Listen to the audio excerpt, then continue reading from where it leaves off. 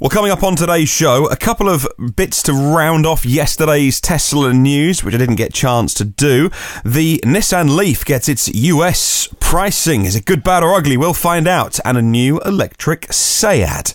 Those stories and many more on today's EV News Daily. Well, good morning, good afternoon and good evening. Wherever you're listening in the world, welcome to the show for Friday the 1st of March. Martyn Lee here, and I've been through every EV story that I can find today to save you time and to make it less of a hassle to find all the EV news that you need to know about. Talking about making life easy, that's what My EV does, really. I know that it's a website about buying and selling EVs, but really I think if you distill down their mission, it is to save you time, to connect you with either a buyer or a seller with the least resistance possible. And this year, with the Tesla Model 3 $35,000 model, I think that's going to be really interesting what it does to the used EV market. I'll be keeping my eye very closely on the prior prices at myev.com.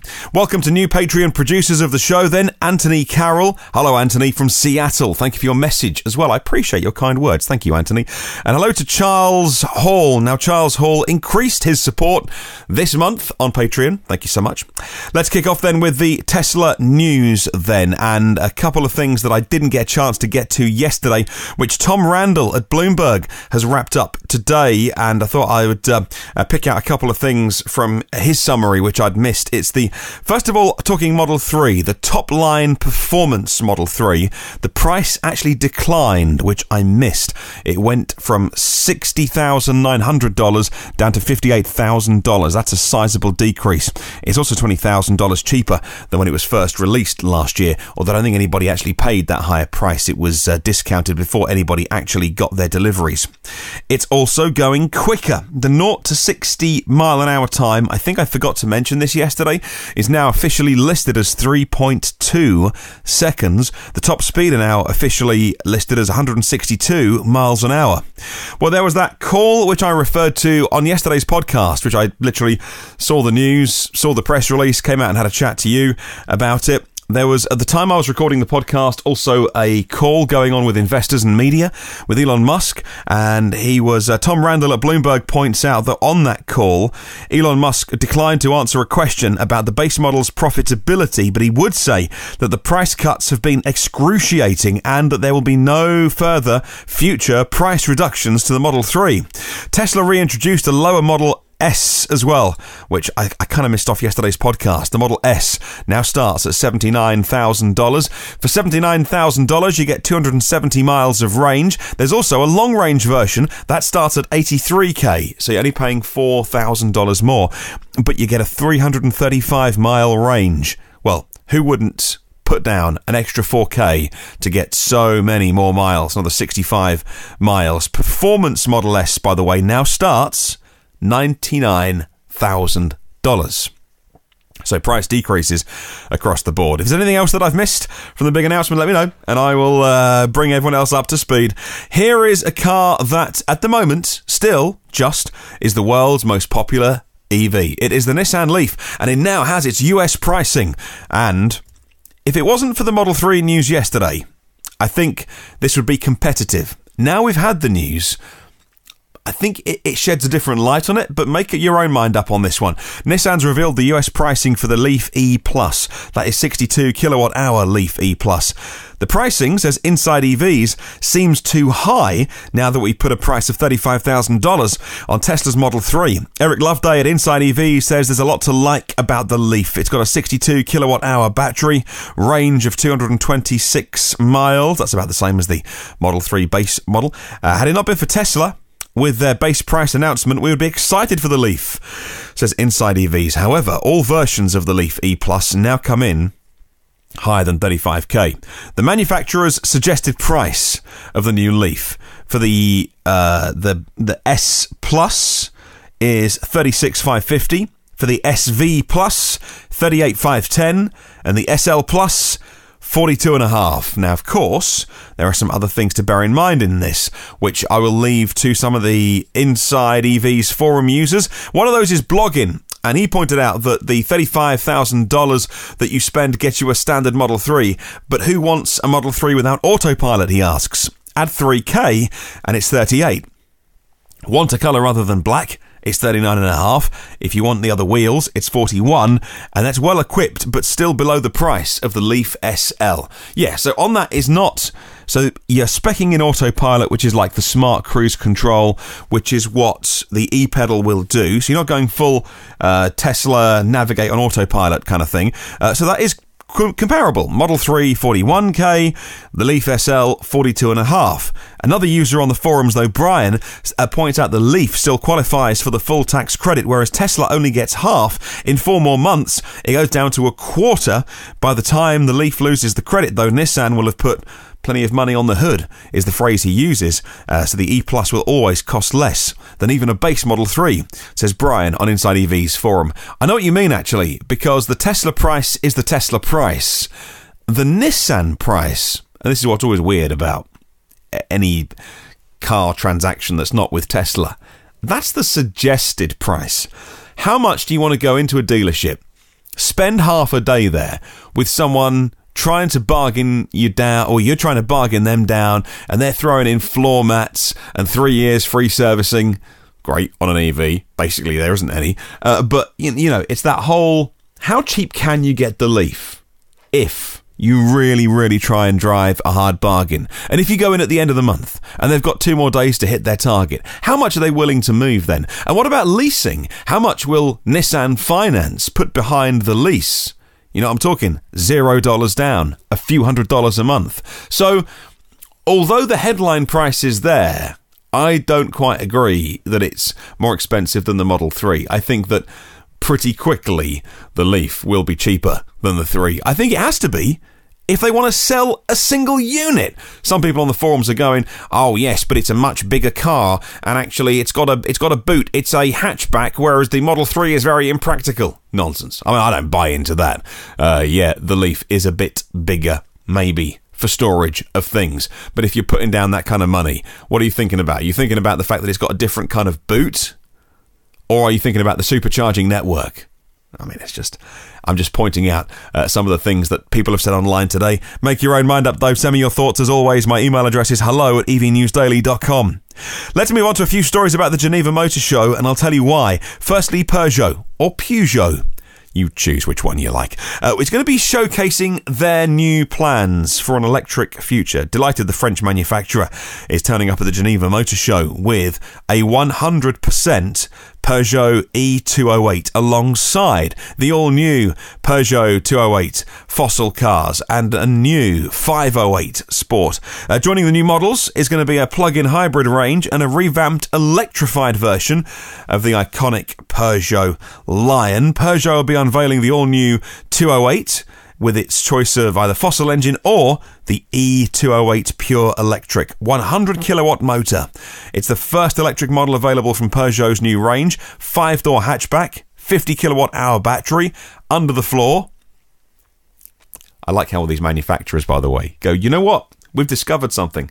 If you put the battery on the floor, you have loads of room for other stuff. Honda did it with their e-prototype, or the Urban EV. It's kind of sitting between names at the moment. And one of the Honda guys said, you know what we worked out? You can put the battery down really low, almost, and you're like, yeah, kind of. That's all a bit 2008 with Tesla, but anyway, we'll move on. Let's talk about the range of the Peugeot E208, 211 miles. That's the WLTP European test cycle, which is still a little bit. It's a soupçon optimistic. Maybe on the EPA it'll be around 200 if the car's ever sold in the USA. Highly unlikely. Peugeot did say they have plans to go back into North America, actually, from 2025 onwards. The all-new Peugeot E208 comes with 3 driving modes. You've got your Eco mode to optimise range. You've got normal mode, and then you've got Sport, which puts the emphasis on performance. Customers can choose from a range of charging methods. It's going to accept up to 100 kilowatt charge speeds and do 80% of the battery in 30 minutes. I'll put a link to the Peugeot press site, which is peugeotpress.co.uk, where I found that press release if you want to read more for yourself. Staying with the motor show, and the Audi stand at the Geneva Motor Show will also be exclusively electric. What is it? All these car manufacturers are turning up at the motor show, first big one of the year, and they're all electric. Who'd have thunk it? It's going to be all about electric models for Audi, the world premiere of the Q4 e-tron concept, and the European presentation of the Audi e-tron GT concept, according to Robin Whitlock for Renewable Energy magazine.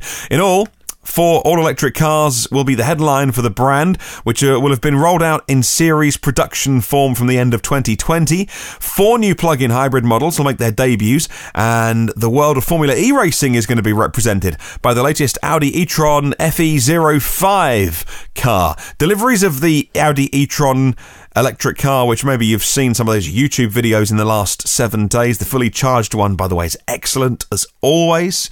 Johnny is an effortless presenter. He's so good. The first member of the EV family from Audi is going to be delivered soon. That's all we've heard. Soon. The series production version of the coupe equivalent, the e-tron Sportback, will come later in 2019. The Q2L e-tron is going to be presented in a few weeks. That's going to be in China, and that's going to get to its Chinese customers in 2019. And then you got the e-tron GT and the Q4 e-tron. They're coming 2020 onwards. Okay, let's talk about SEAT. As we've been talking about the VW Group, we've already seen spy shots of the production version of Volkswagen's new Golf-sized fully electric car, alternatively referred to as the ID or the Neo. Some people rearrange the letters of Neo and call it the VW 1. As it's the first electric they've made. Interesting. As an intent to show that the MEB platform underpinning the Volkswagen will be utilised on other group cars, SEAT, which is their Spanish car maker, SEAT now released some images of its own of their first EV. According to Autoblog, Volkswagen's going to bring the ID electric hatchback to market first, instead of using SEAT to test the waters. But SEAT is hardly a second banana, they say. The figures are pretty good. 62 kilowatt-hour battery pack, 260 miles of range on the European WLTP cycle, 0 to 60, 7.5 seconds, 100 kilowatt DC fast charging, and 80% charging in 47 minutes. The VW version of the car begins its production at the very, very end of this year. No news on when the SEAT production will start. Hey, congratulations to the team at Jaguar. The Jaguar I-Pace has emerged victorious at the UK Car of the Year Awards in 2019 after a closely fought battle with other manufacturers, having been named as the best executive car when the category winners were announced last month. The Jaguar then went up against 11 other cars and it won out the top honour. The Car of the Year judges praised the attributes of the Jaguar I-Pace. I've talked about Johnny already. Johnny Smith, who you know from the fully charged videos, said this, and I quote, "Few traditional manufacturers can match the I-Pace for the ground-up, groundbreaking design and tech, a wonderful combo of unique design, spirited driving behaviour, and useful EV range and rapid charge capability," end quote. So congratulations to the I-Pace for winning the Car of the Year award. As for Honda, and what was Honda's urban EV, and now called the E-prototype, it's interesting. The project manager of the car has admitted to a magazine that the development team had to overcome opposition from the top brass, the big cheese at Honda, before they could confirm it, says Autocar, the retro-styled EV. The styling is very close to the prototype.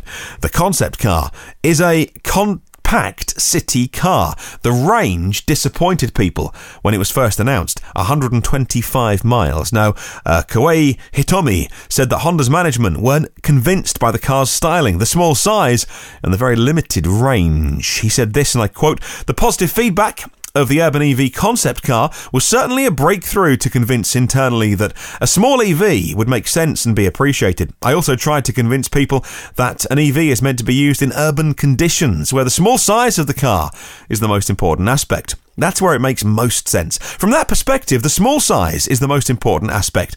So that was how we tried to convince people. The concept helped production car get approval, and the production car helped the concept to look like what it looked like," end quote.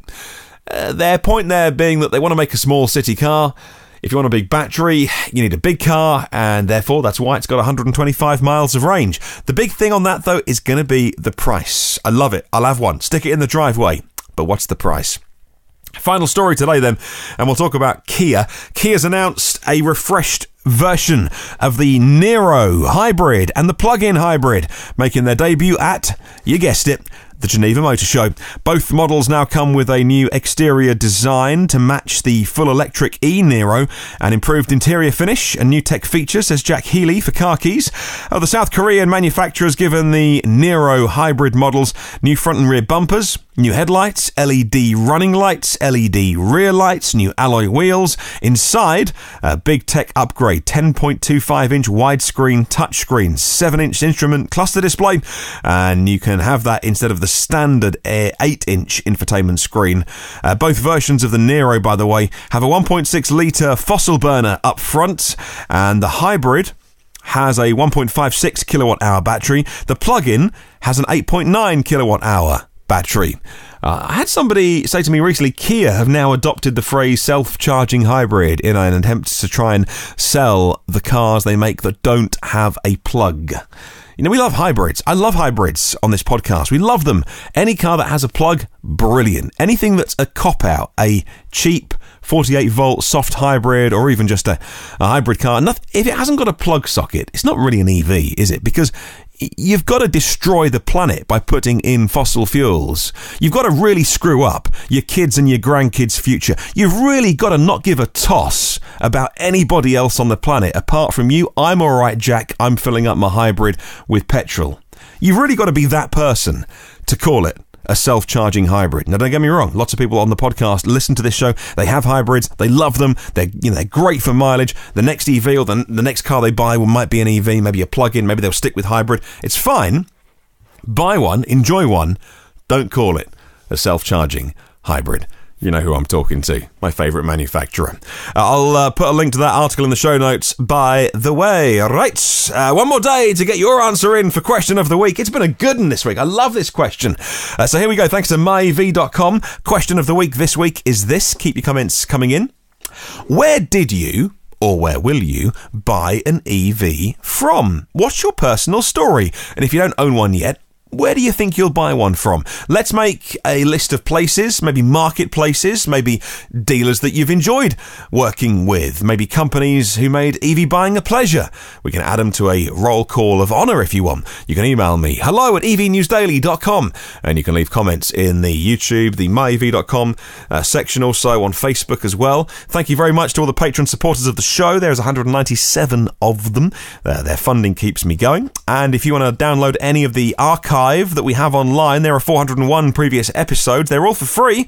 You can download them now if you want to. And as for the new ones, well, the new ones will drop straight into your podcast app or YouTube if you hit the subscribe button, the little bell icon as well on YouTube, but mostly on the YouTube. But this is a podcast, so mostly it's podcast apps. Make sure you subscribe, and then when you're on Wi-Fi, normally it'll download automatically. Come and say hi on the socials. Just search Facebook, LinkedIn, or Twitter for the phrase EV News Daily, and you will miraculously find me. In the meantime, have a wonderful day. I'll catch you tomorrow. Oh, do remember, there's no such thing as a self-charging hybrid.